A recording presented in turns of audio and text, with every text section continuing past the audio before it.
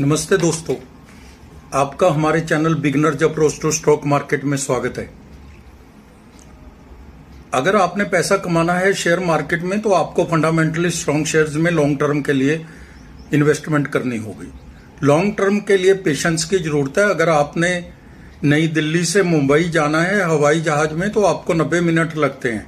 आप 1 घंटे बाद बेचैन हो उठते हैं, कभी खिड़की की ओर जाते हैं, कभी कुछ खाने को मंगाते हैं, कभी आप सोचते हैं पानी पी लेते हैं, तो ये इम्पेशेंट हो जाते हैं। यही अगर आपने लंदन जाना हो तो 7 या 8 घंटे का सफर है, तो आप 4 या 5 घंटे के बाद बेचैनी दिखाएंगे। तो ये स्टेट ऑफ माइंड है। पेशेंस को स्टेट ऑफ माइंड से जोड़िए।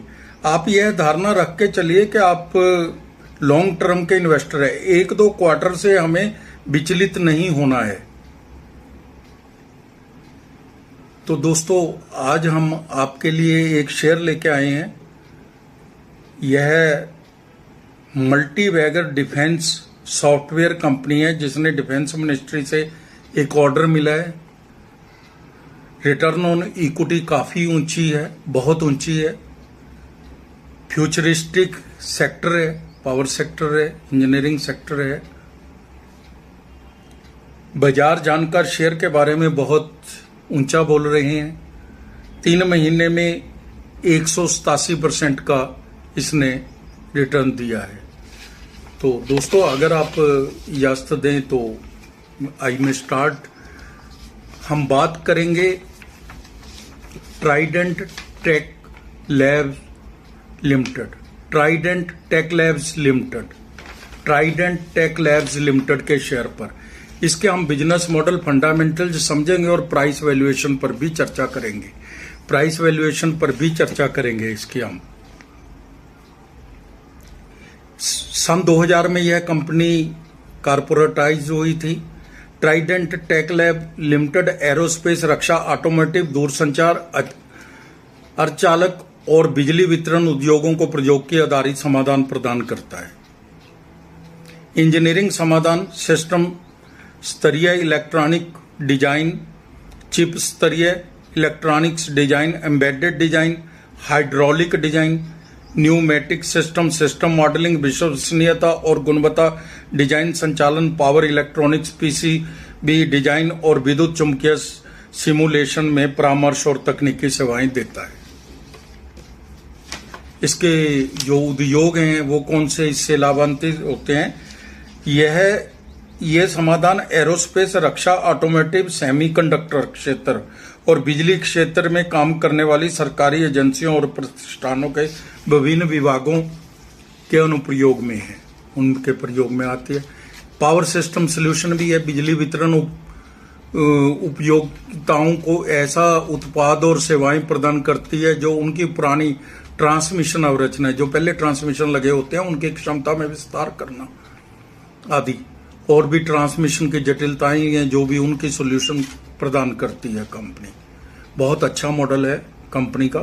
इंजीनियरिंग से 11% और पावर सेक्टर से 89% आता है। कंपनी की अंतर्राष्ट्रीय उपस्थिति भी है। सरकार से राजस्व 81% और बाकी निजी क्षेत्र से आता है। 5 ग्राहकों से ही 86% तक राजस्व आ जाता है, मतलब ग्राहकों की कोई कमी नहीं है। मार्केट कैप 1243 करोड़ है। कीमत 719 रुपये है। Bound week high and low 998 रुपये और 93 रुपये है।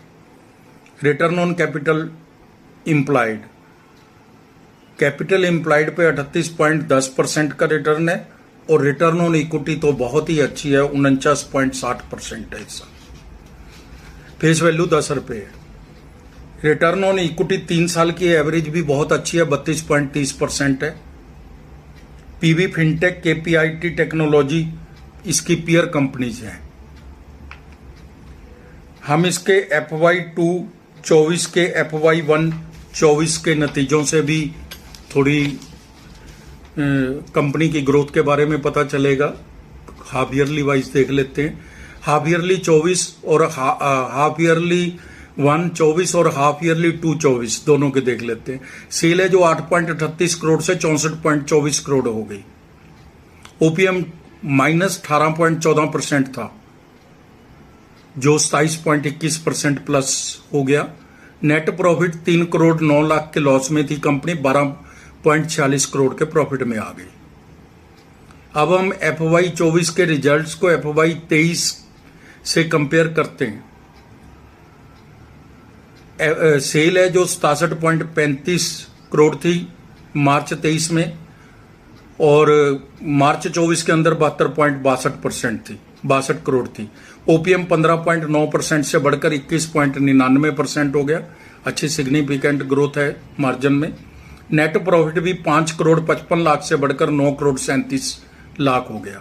सेल, OPM, नेट प्रॉफिट तीनों में बहुत शानदार बढ़त है, बहुत हेल्दी प्रोग्रेस है, अच्छे रिजल्ट्स हैं। पैरामीटर्स चेक कर लेते हैं। 3 साल की CAGR सेल ग्रोथ है जो वो 37% है, बहुत ही अच्छी है 37%। 3 साल की CAGR प्रॉफिट ग्रोथ है जो वो तो बहुत ही अच्छी है, 212% है। रिटर्न ऑन इक्विटी 3 वर्ष की 32% है, पहले भी बताया मैंने, बहुत अच्छी है। रिजर्व इसके पास 29.28 करोड़ के हैं और बोरिंग है जो 19.29 करोड़ की है। कर्जा भी कोई ऐसा नहीं है कि अनकंट्रोलेबल हो। बैलेंस शीट सेटिस्फैक्टरली गुड है। प्रमोटर्स 67.97% है, ये भी बहुत अच्छे हैं। FII के पास भी 0.35% है। छोटी कंपनी के अंदर FII का होना बहुत बड़ी बात होती है। और DII के पास भी 7.4% है, घरेलू जो हमारे घरेलू इंस्टीट्यूशन हैं। पब्लिक के पास 24.64% की इक्विटी है। शेयर धारक केवल 455 है, 455 ही शेयर धारक है इसके। दाम 719 रुपये है।